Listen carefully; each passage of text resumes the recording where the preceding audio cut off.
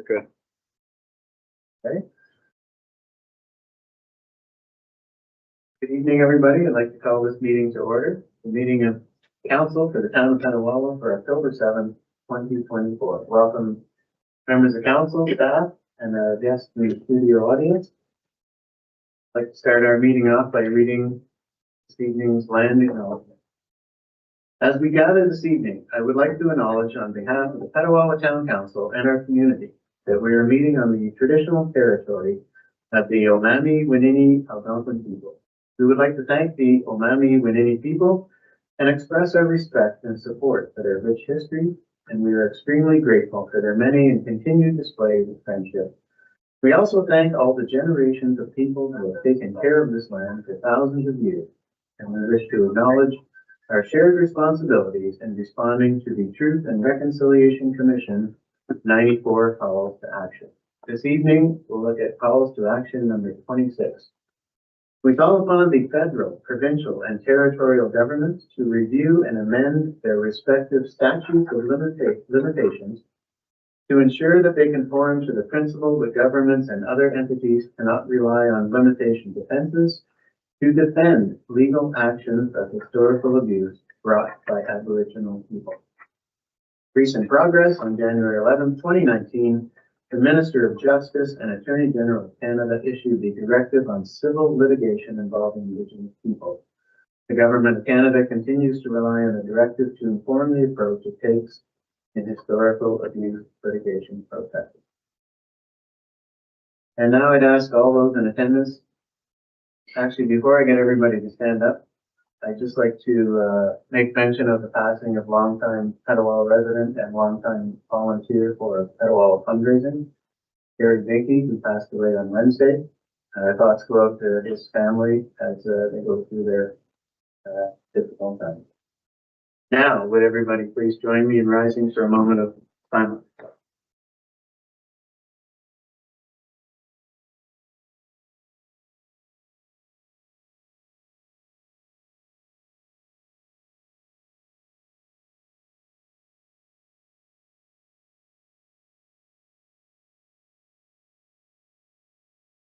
Thank you.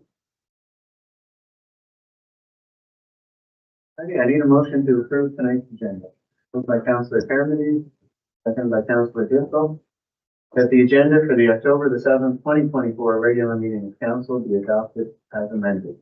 I'll call for the vote. All in favor? Carried. Are there any disclosures of pecuniary interest on any of this evening's matters? And we'll go to approval of the minutes. First up are the council meeting minutes of September 16th, 2024. I need a motion to approve those minutes. Moved by Deputy Mayor Saffron, seconded by Councillor Root, that the minutes of the regular meeting of council held September 16th, 2024 be approved as printed and circulated.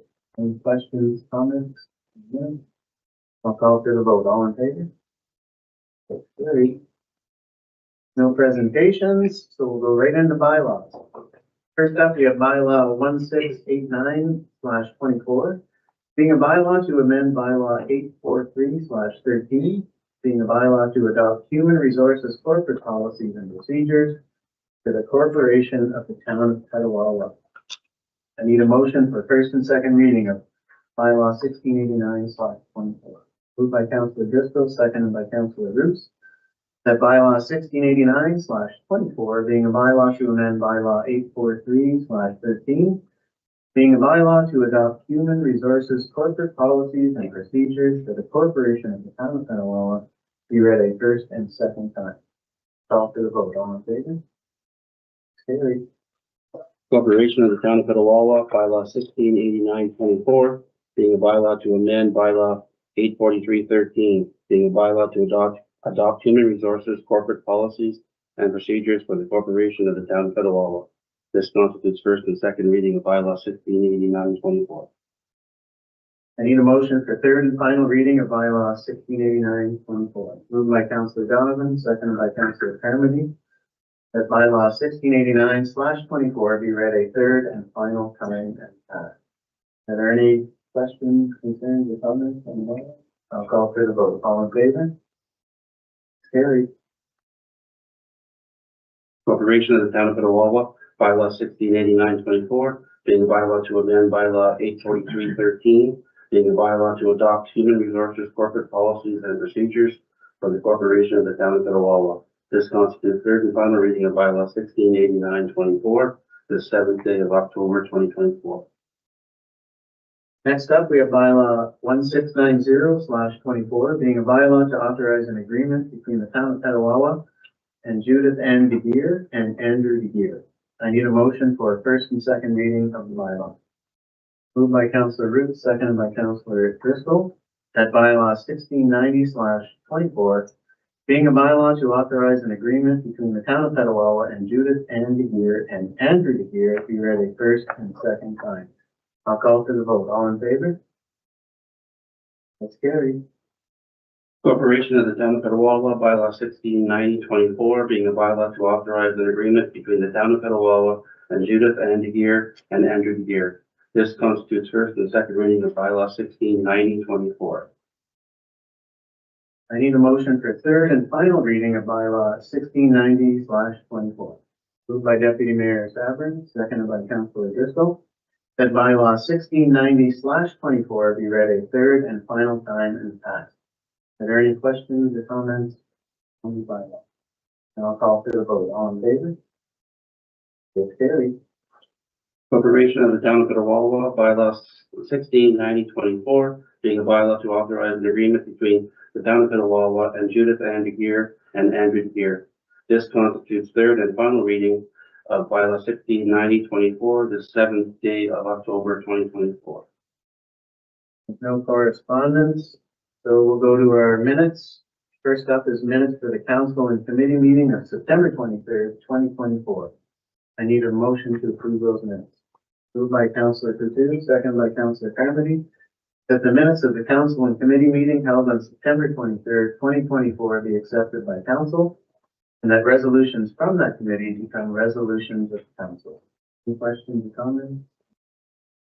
And I'll call for the vote. All in favor? It's carried.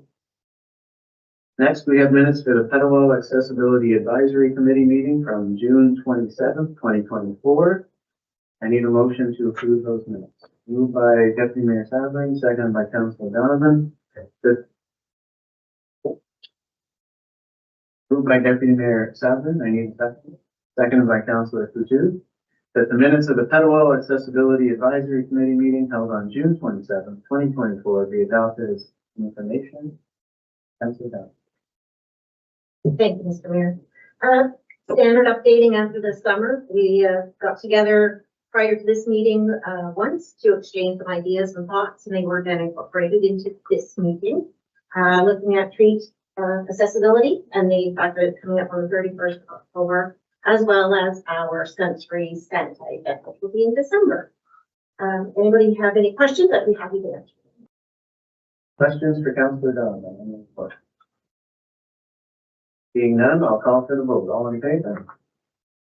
It's carried. Next, we have minutes for the Petawawa Business Advisory Network meetings from August 6th and September 10th, 2024. I need a motion to approve those minutes. Moved by Councillor Driscoll. Good thing you're here. So all the attendance updates.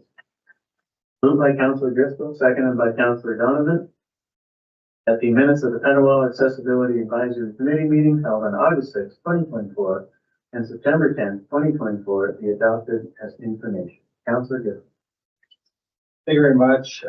Pretty well touched on every subject in my last two council reports, but if anyone has any other questions, feel free to ask. I'll go with that. Questions on the feedback? We are rolling today. I'll call for the vote. All in favor? Ready.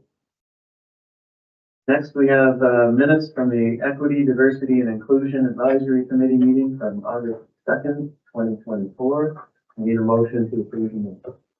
Moved by Councillor Coutu, seconded by Deputy Mayor Sabrin, that the minutes of the Equity, Diversity, and Inclusion Advisory Committee meeting held on August 28th, 2024 be adopted as information. Councillor Coutu. Thank you, Mayor. Just a short meeting we had that night, but to come out of it, we identified a winner for our logo contest. So big congratulations to Michael Xavier, who is in the community and suggested the logo that won. And I say logo, but really we're going to be ending up using this more as a safe space sticker. So in partnership with our businesses, we're going to try and develop a safe space pledge so we can start creating sort of this visual identification of places where you can expect to have, you know, human rights respected, etc. So that's some exciting news there, where we are going to push that forward. The added elements to the logo was great. We actually had our newest member, our committee elder Pat Ayers, was at that meeting with us. So when we were trying to identify an indigenous element, we had the suggestion of the air pop on the water tower. So when you see this logo, you'll see that it's really a community initiative where a lot of people came together to identify development. More on that later, but apart from that, other updates, Legacy of Hope, that hosted it went really well. So we were talking about that at that meeting. And then our community pride planning committee. So that's launching soon. We'll have lots of people coming together, because that's really what we heard from the community. They want more involvement now with this. Now, second year of a successful event. So the third year now, we're going to have even more community involvement and involve the businesses as well, because they've asked us to be a part of it. So get ready for that. Any questions? I'm here to hear them. Thank you. Questions on the report? Okay, I'll call for the vote then. All in favor? Carried. Next, we have staff reports, CAO-04-2024, Pembroke and Area Warming Center. CAO, Randall. Okay. That. Technical difficulty resolved. Thank you, Colin. Okay, so, yes, thank you, Your Worship. I'm here tonight looking for direction on the Pembroke and Area Warming Center. As you recall, the center was run last year. And the farmers market in Pembroke. We provided $20,000 funding to the county to provide to the center for its operation. We didn't participate in the oversight committee that was part of the county's, I guess, organizing efforts to support Pembroke on this project. Just over liability concerns, but those concerns were later resolved. You'll see in my report that the service was well used last winter. There was quite a number of people who stayed there and made use of the support services that were also made available. So this year it's come around again, and on September 25th. County Council passed a resolution to support the warming center effort again, or operation, if a number of items were met. And I won't go through all of them, but the two that pertain to us are, for one, they will be forming another ad hoc committee for oversight of the operation, and one of the other items they wanted met was that the communities that supported the warming center financially last year repeat their commitment in 2024-2025. The county also committed to providing $100,000 in funding through the homelessness prevention program, which is provincial dollars. They're not actual tax dollars that the county generates.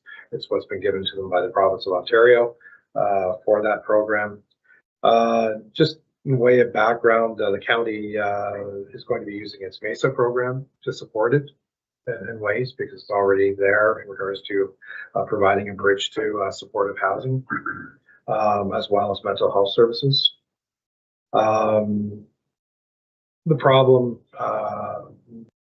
in regards to what it has been doing through MESA is that there's a lot of individuals that aren't ready to make that jump from homelessness to supportive housing and the support services that go with that. And thus it's identified that the warming center is required. At this point in time, there isn't an operator that has been chosen, though the Grind and the Pembroke Action Committee team has identified that this does need to go forward and that there is a need. The City of Pembroke, as you'll see in my report, did address this issue at its meeting on October the 1st. It committed only to providing 2 members and held off on providing $100,000 in funding that staff had recommended that it provide.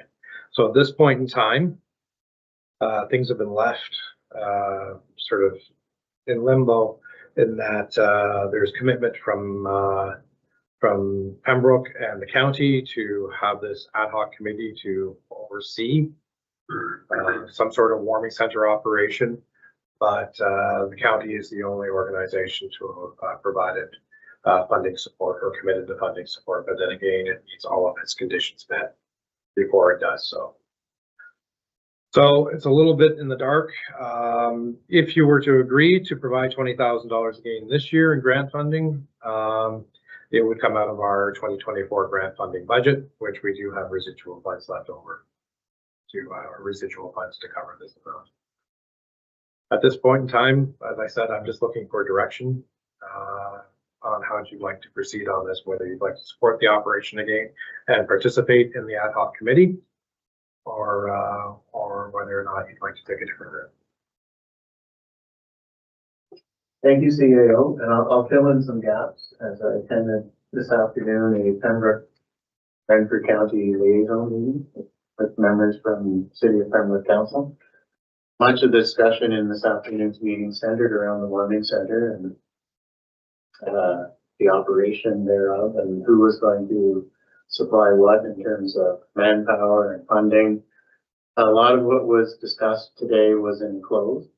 But a good portion of it was also discussed in open. So I just have to be aware of what gaps I'm filling in here. At the end of the day, the committee, everybody that was there today recognizes that there is a need. As you saw from last year's report, it was well used and much needed, and in the end did save lives. As CAO mentioned, there are individuals who aren't ready for transitional housing or various programs just based on where they are at this moment in time. And it was agreed that there are individuals in this area that still need a warming center. That it's important for many individuals that this be provided. In terms of Pembroke not being willing to fund at last week's meeting, they were looking for more information. And a lot of that information was provided today. And I think at the end of the meeting, when I walked out of that building today, I was feeling a lot more comfortable and confident about the plan that they have in place moving forward. There are still some loose ends that need to be decided in terms of leases and locations and operations and hours and that sort of thing. But at the end of the meeting today, it was felt that the best course of action is, we've got 3 weeks and there may be snow on the ground. So something has to be done and it has to be done quick. So the committee needs to be stood up and to get out there and get to work in terms of gathering resources and manpower and determining where and how this is going to be operated. Other than that, there's not too much more I can say other than that I feel confident reading that meeting that something is going to be done. And the ideas that were put in place today it looks good, I have to say, that something will be provided and that will provide a much needed service to certain individuals. So having said that, I'll open it up to council for questions. Okay, we'll start with Councilor Rich. Thank you, Mr. Mayor. Thank you, CEO, for the report. I will be supporting that initiative. I think it's very important that we help the people in need. It's very, very important. And as the mayor said, the cold weather is around the corner. We need to get the committee in place and move forward. So just my comment. Thank you. Deputy Mayor Sadler. Thank you, Mr. Mayor, and thank you for that generalized update. I trust that many of the things that I'm going to actually speak to will be addressed. But I guess, first of all, I'm in support of supporting our homeless people. And I'm really genuinely moved that so much of our community has come together and people, the businesses and whatnot to help our most vulnerable people in our community. I guess a couple of my going forward types of things are, I appreciate the stats, the statistics that we see. I think I would like to see a budget once it's finalized. I think that's important that we see how that organization is structured when we're providing some funding. I trust that the hours of operation will be addressed because it's very cold much earlier than 10 p.m. at night. And I just, especially if we had a person as old as 89, I think, or 86 and as young as 16. So very vulnerable people. Also, please see that we're going to be discussing the site and the facility. Certainly the space for people to rest adequately is really important to have other needs met as well. So, and I guess finally, this is a reality that is not going to be going away in our communities anytime soon. Two things. One is I'd like to see a long-term strategy, and I would like to see the committee actually continue after this and sort of look towards that longer-term strategy, which may have already been discussed as well this afternoon.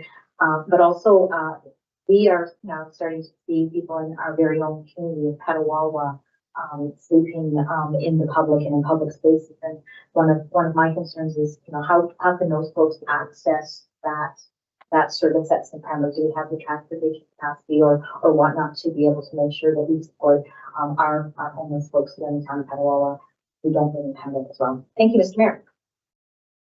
Thank you. And I'll just address a couple of your concerns. I should have brought this up earlier.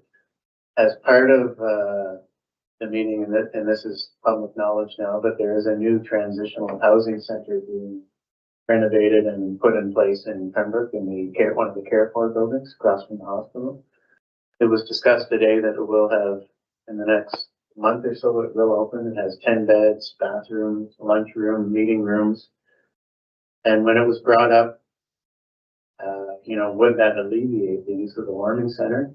And it's really two different entities. The transitional housing is for individuals who have made a commitment to get treatment, whether it's for addiction and mental health. And the transitional housing is a way to help them on that journey to getting better. So when it was said, well, would that ease the use of the warming center? It's not really the same. In terms of budget, that there was a concern brought up, and I know it's been floating around in the community about money being spent on food and not being part of the original budget. So that concern was raised today. And there will be for sure a budget with a separate line item in terms of any food that will be provided at that center. And in terms of the hours of operation, it was a common refrain today that, it was only open from 10 p.m. till 8 a.m. Then where do these individuals go? It's February, it could be -30, and they're being put out on the street again. So they go to the arena, they go to any other public space they can find. So one of the issues that was addressed today is, should this be open longer? And so that will be discussed by the committee as one of the concerns. I think that was it. Okay, Councilor Kern. Thank you, Mayor Service. I'll support this initiative as well. Thank you, CEO Randall, for bringing forward the report. I think this spending funds on this is well within our mandate, and it's something that this council has done in the past. Prior to last year, we've supported other housing initiatives as well, and I'm fully in support. We've got the liability issues straightened out. The budget was certainly one thing that caught my attention as well, and happy to hear that that information will be forthcoming. And yeah, so I support this initiative. Thank you. Thank you. Councilor Dunn. Thank you, Mr. Mayor. I would like to say I'm very pleased to see the joining of domestic services with regard to the warming center with our format that comes out of that. I think that's a huge benefit for our individuals that can use it. Thank you, Councillor Coutu. Thank you, Mr. Mayor. A few of the stats that popped out at me, like, our Councillor Stab, or sorry, Deputy Mayor Stavring was saying, one of them, of course, the youngest, guest being 16. I think about where that kid would have had to go otherwise. And also the medical emergencies that were called in. I think about where those people might have been, where there wasn't someone to call in those medical emergencies. So I really want to commend the volunteers, because reading this report all the way through it, you see the effort and the heart that volunteers have put into this, and this is truly like an act of empathy, and I certainly support this. It's too cold to have nowhere for people to go, so very happy to support this. Thank you for the report, Mr. Mayor, for the additional information, and thanks very much, Scott, for your report. So for Thank you. Any other questions or comments? Councillor Driscoll? Well, it's nice, like to say that it is nice to see everyone on board with supporting the needs of our neighboring community. When they ask for help, it's nice that we are in a position where we can provide something. It's not hard to see that there is an issue with this in the area. So I think for $20,000, it's a small drop in the bucket, but it will help with them get this up and going. So I will be supporting it as well. Thank you. Thank you. And just a couple other points. CAO mentioned about where the county's funding comes from, the homelessness prevention program, which is all provincial dollars. So that issue arose at today's meeting as well. There was some concern that, municipalities are already giving money to the county, and that we would be paying twice. But all of that money is provincial dollars, not coming from the municipal tax budget. And in terms of the Mesa, Deputy Mayor Sabrin made a good point that we are seeing issues with some individuals, even here in Petawawa, struggling to make ends meet. And in terms of the Mesa program, there is a 1-800 number. I was trying to get it quickly, but there is a number out there that anybody can call and ask the Mesa team to come to Petawawa because there is an individual in need. So the Mesa team will come to Petawawa and meet with that individual, establish a relationship, and then let them know what supports there are, if they're in our community or if they have to be taken to another community. That's the whole purpose of this Mesa program, is to work countywide and provide services to anybody in the county that's in need. So I think it's important that our community knows that, if you do see somebody in need, there is a number you can call and get that team to come and provide the supports that they have available. Okay, were there any other questions or comments? Okay, it's great to hear everybody supporting such an important initiative. It was an emotional meeting today when we discussed about the need and what we have to put in place. And especially considering the timeline, time is tight.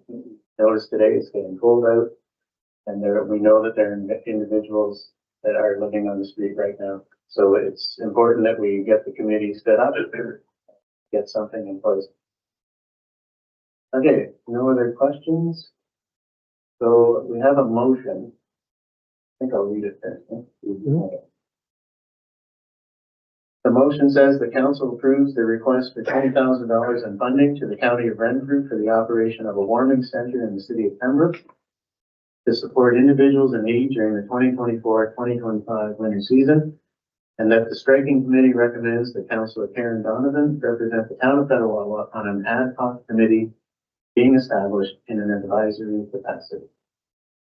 So if you're comfortable with that, and you want moved by Deputy Mayor Sabrin, seconded by Councillor Roots, that council approves the request for $20,000 in funding to the county of Renfrew for the operation of a warming center in the city of Pembroke to support individuals in need during the 2024-2025 winter season, and that the striking committee recommends that Councillor Karen Donovan represent the town of Petawawa on an ad hoc committee being established in an advisory capacity. I'll call for the vote. All in favor? It's carried. And thank you very much, Councillor Donovan, for agreeing to sit on that committee. Okay, next up we have councillor reports. Deputy Mayor Sabrin. Thank you, Mr. Mayor. On the 7th of September, I participated in offering the Emergency Protective Services United event On the 17th of September, December already, I participated in the de-escalating potentially violent situations training. This evening, I received my certificate. So thank you very much to Jody and the team for coordinating that for our team. On the 19th and 20th of September, I participated in the Police Service Zone 2 meeting in Pembroke. We discussed a number of situations, a number of realities that we're all facing, and got some more information in regards to some of the training requirements and things that we need to do as we move forward. On the 21st of September, I attended the Ottawa Valley Boxing grand opening and wish Noelle and her team wonderful success. And apparently boxing is for any age and any ability. Want to learn some techniques and you want to get a little more active, that's a good place to go. Got a wonderful facility there. On the 23rd of September, I attended the Taco Bell grand opening. And on the 24th, I went back for the actual food, which was everything I remember it to taste like. So thanks, Taco Bell. On the 25th of September, I attended the Equity, Diversity, Inclusion meeting. On the 26th, I went in the evening to attend the County of Renfrew Day, and there are a number of services there to give us more information about what they offer. And I spent a fair amount of time at transportation, at community services, and then with the 2 long-term care facility folks. On the 28th, I'm just about finished. On the 28th, I popped into the Taste of the Valley. Wow, what an amazing event. And you just, the team did an entire great job. So well done to Christine and to Rudy and everybody else who helped out.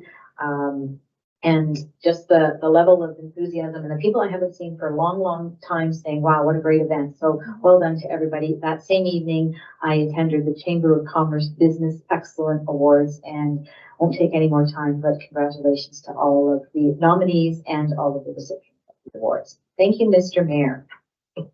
Thank you. Councillor Kernan. Thank you, Mayor Service. On the 23rd of September, I chaired a library board meeting.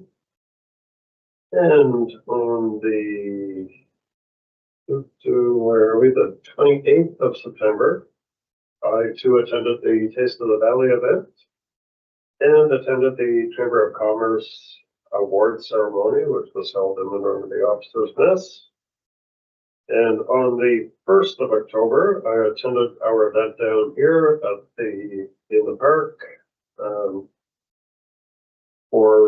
to celebrate Truth and Reconciliation Day. And I believe that is it.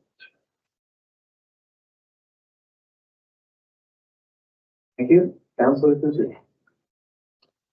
Thank you, Mr. Mayor. On September 23rd, I attended a library board meeting. On September 25th, I chaired a meeting of the Petawawa Equity, Diversity, Inclusion Advisory Committee. On September 25th, I had the honor of attending the Renfrew County Vigil for the National Day of Truth and Reconciliation. And at this vigil, I was asked to read Stephen Harper's apology on behalf of all Canadians for residential schools. So if this is not something you've read before, it was read aloud in 2008. And it was my first time reading it, in fact, but it was given on behalf of all Canadians. So I would suggest all Canadians read it. It's a very powerful apology. So I was really glad to have the opportunity to speak that out at that event. On September 26th, I attended the open house at the Algonquins of the Guacanan First Nation with Gary and Adam, and it was a truly amazing event. It was so welcoming. There's so much information there. All their departments were out with all their information. So I gathered up brochures and cards and making those connections and deepening that relationship. It was an amazing day.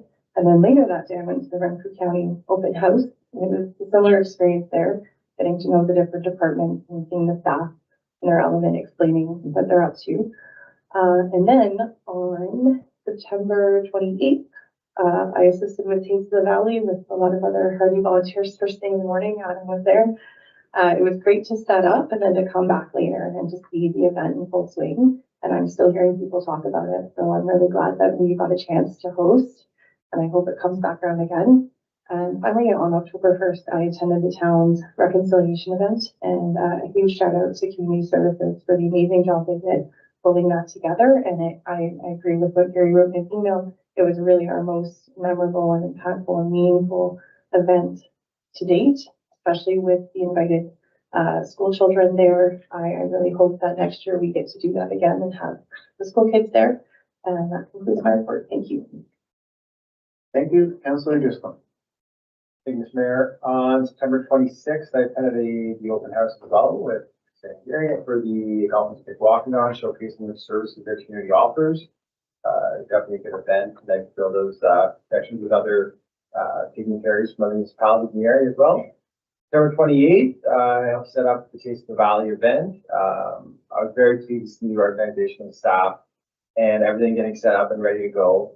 Big kudos to the county staff, Christine and Ruby, for their great work. And then took the event later with my family, and the amount of people really proved that it was such a great success, and really nice to see what our county has to offer, especially the small businesses. On September 28th, I also attended the Upper Ottawa Valley Chamber of Commerce Gala, where they did honor former Mayor Bob Stephen a Lifetime Achievement Award. So congratulations to him on a very successful time in public service, and also congratulations to all of the recipients. And on October 1st, I attended a P-band meeting.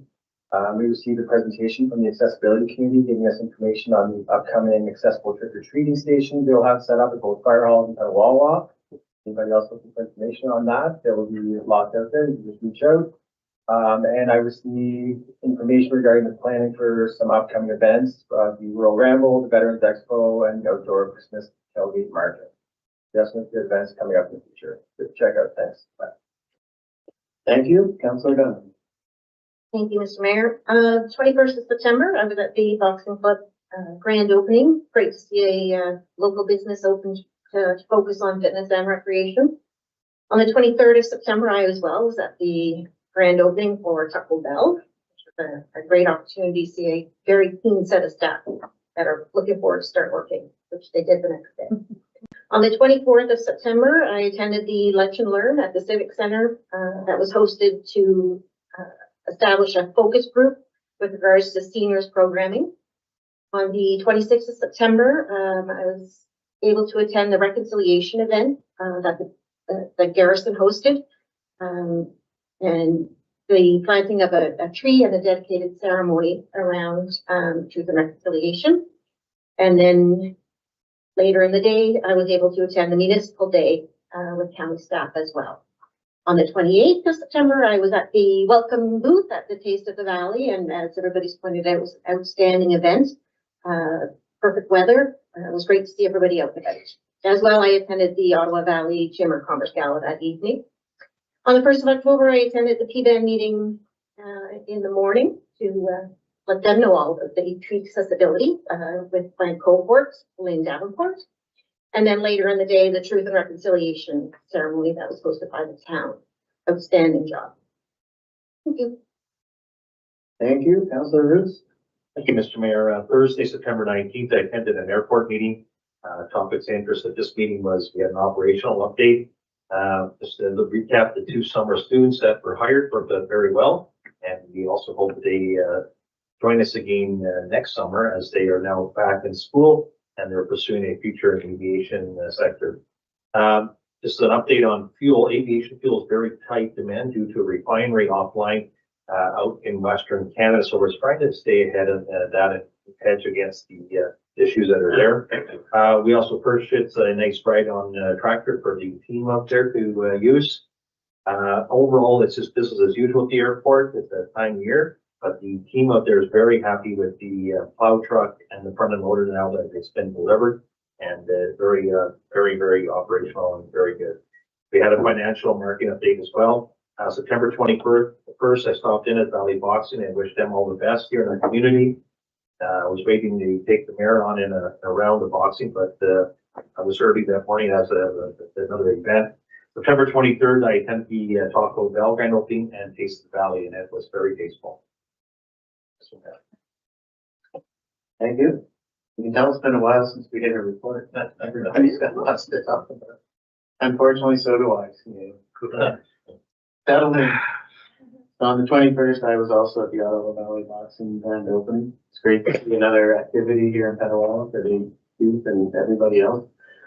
Best of luck to Noel with their new business. 23rd, Taco Bell grand opening. Yeah, it was disappointing that they didn't have food that day, but I was able to go back on another day.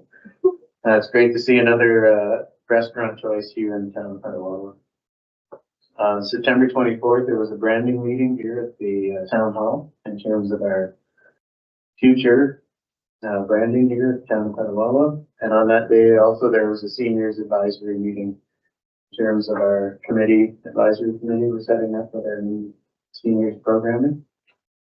September 25th, we had a county council meeting, and I'll report on that in a little more detail in a bit here. On the 26th, I was with Adam and Lisa at Petawawa, and I echo their sentiments. It was a fantastic event.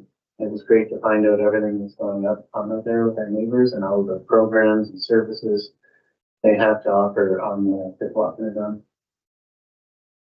And then later in that day, I did attend County Day, which is basically a county show and tell day. And I have to say, I'm always proud of my council and staff here in Petawawa, but that day I was even more proud because Petawawa was so well represented at that event in terms of councillors and staff that went there, far above and beyond any other municipality in the county. So we even garnered a public comment from the CAO, Craig Kelly, that, he was really happy to see everybody from Petawawa attending their event. Taste of the Valley, what an amazing event, and thanks to those who showed up early. I couldn't make it early that morning, so thanks for being there to help with the setup and the parking. But it was a fantastic event. It's too bad we couldn't get that every year, so you can only apply every 2 years, and I understand we have put our application in for 2026. I haven't heard the concrete numbers yet, but I've heard somewhere between 4,500 and 5,000 people attending that event. The weather certainly helped, but that's a lot of people. I'm not sure if they were all from Petawawa. I don't think so. Because Councillor Donnan and I were there and we talked to a lot of people who have come from a long way, Guelph and Sarnia and other places. That evening was the Chamber of Commerce Business Excellence Awards. And again, congratulations to all the businesses that won, and a big congratulations to former Mayor Sweet, who was given a Lifetime Achievement Award for all that he's done. October 1st was our Truth and Reconciliation ceremony right down here behind us in the band shell in Centennial Park. And it was a very meaningful ceremony. It was great to have so much participation from our neighbors in Petawawa and from all the school kids. It was great to have, I'm sure there must have been 100 kids there. So what a great learning experience for them. And the youth drumming group, Papase, which means woodpecker in Algonquin. They were 9 and 10 years old, but were drumming like they were seasoned professionals. It was really an amazing thing to see. And today I was at a city liaison meeting, as I mentioned before, with the county and the city of Pembroke. And just a quick update on the September County Council meeting. The warden has community service awards, and right now nominations are open, but they're given in November. So if you have anybody you'd like to nominate, and that goes to individuals, businesses, nonprofit groups that have gone above and beyond in terms of community services. So if you want to nominate someone, you go to the county website and you can nominate them for the Warden's Community Service Awards. As part of the Housing Committee report, they did building conditions assessment on the over 1,200 social housing buildings we have in Renfrew County. And it appears like in the next 30 years, it's going to require $300 million to keep all of those social housing units livable. So that's a lot of money, and you have to come up with some kind of solution to make sure that that housing is available for those that need it. And on that same day, we did have a Truth and Reconciliation ceremony at the county. Amy Bailey from the Circle of Turtle Lodge performed the ceremony. It was great to have Councillor Kuchu there, as she said, reading the apology from Stephen Harper in 2008. The Housing Committee, and we're aware of this because the CAO and the Warden and the Operations Department came here to do a presentation on the Dorn Road roundabout.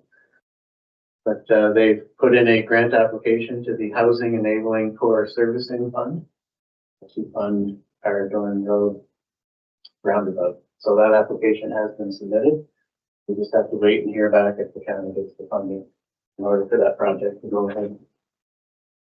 Part of the CN Rail Trail was purchased by the county for a $1 fee. So from Pembroke to the Ottawa River to that border, that portion of the CN Rail Trail will now fall under the county trail network. And it will go on to the county trail plan and eventually, hopefully someday get stone dusted so that you could then go from Pembroke all the way to the Ottawa River and cross what is apparently, I didn't know this, the largest rail bridge in Canada, across that stretch of Ottawa River, and then go down the Quebec side all the way down. So it's a great addition to the trail system. CWELC is the Canada-wide Early Learning and Childcare Fund. It's a federal fund, and that's part of the federal fund to provide $10 a day daycare across the country. Here in Renfrew County, we have daycares that are eligible for that fund. Unfortunately, and I know I've mentioned this before, but we were given no new spaces in Renfrew County for the 2025 year and the 2026 year. Only county in the entire province of Ontario not to get new CWELC spaces for those 2 years. The county has gone to various AMO conferences and other conferences and had delegations and asked for an explanation of why we were left out.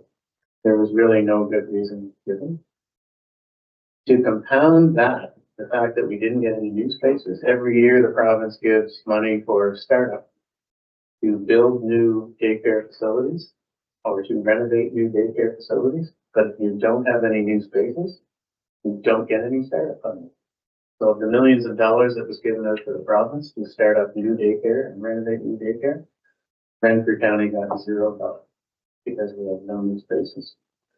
And I'm just going to add some more compound information on that. As part of the new CWELC funding program, if your daycare doesn't belong to CWELC, you can't get the $2 additional wage subsidy on top of your PCE wage earners. You can't get special needs funding because you're not part of CWELC, and there's another funding you also can't get. There are 3 daycares in Renfrew County who presently do not belong to CWELC, who are now not going to get the $2, and they presently are getting this funding. They're going to have the $2 wage subsidy removed. They're going to have special needs funding removed and the other funding removed, which means that on January 1st of 2025, these 3 daycares will most likely have to close, resulting in a loss of about 160 spots in Renfrew County. 80 in Renfrew, better not say how many in Eganville, and 1 is right here in Petawawa, 24 spots in our town. So people ask, well, why don't they apply for CWELC? Can they apply for CWELC? They can, because we were allocated no new spots. So even if they wanted to apply to get that funding, they're not allowed because Renfrew County got no new spots. So right now they're asking other counties in the province of Ontario for their unused spaces. Can we here in Renfrew County use your unused space? So we're hoping between now and January 1st that we can get some unused spaces. And they've also advocated for the provincial government. And we get new spaces here in Renfrew County before January 1st. So hopefully something positive happens there. The county released their 10-year homelessness and housing plan. They had a consulting group come in and put together a 10-year plan in terms of how is Renfrew County going to tackle the homelessness and housing plan. And there was a lot of good initiatives that came out of that. So hopefully some of those can get implemented and help to alleviate the homelessness and housing. Heart Hub. So there's a new program in the province of Ontario in terms of addiction, recovery, and treatment centers, and they call them Homelessness and Addiction Recovery Treatment Hubs, therefore the HEART. They're investing $380 million in the next 4 years to create 10 new homelessness and addiction recovery treatment center hubs in Ontario. Renfrew County has put in an application. in partnership with the city of Pembroke to get one of these centers. It's a huge investment. It would be a massive building that would cost quite a bit of money and would provide a central hub where you would get all of the services you need in one central location.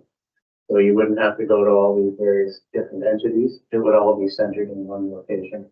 So they submitted a full proposal on September 20th, 2024, and apparently they're going to find out in the next 3 weeks.